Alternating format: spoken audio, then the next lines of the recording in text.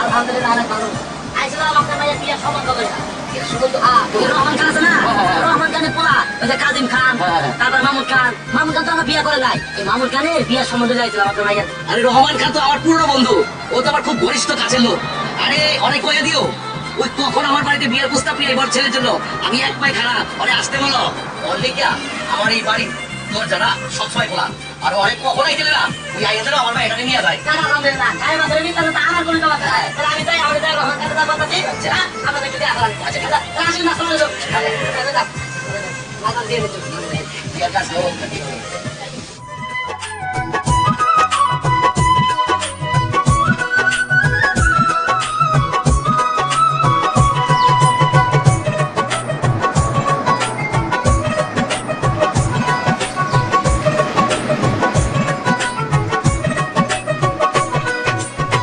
দিয়া ফেলে ফাইনাল করলো কিবা খুশি হয় রে হাসতে হাসতে ভেঙে পড়ে সখী রই পড়ে রে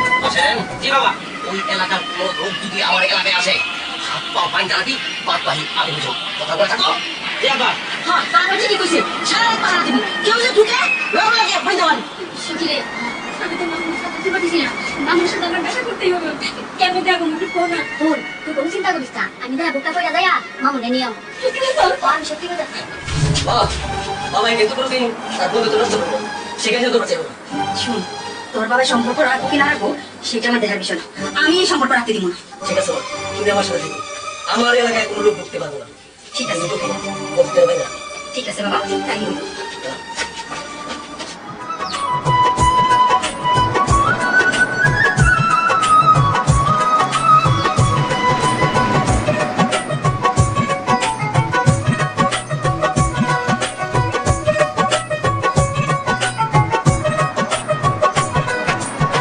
রাইতে রাইতে পাহারা দে তুইও বাড়িতে মন খালে কাঁদে হায় রে বের হইতে না পারে রে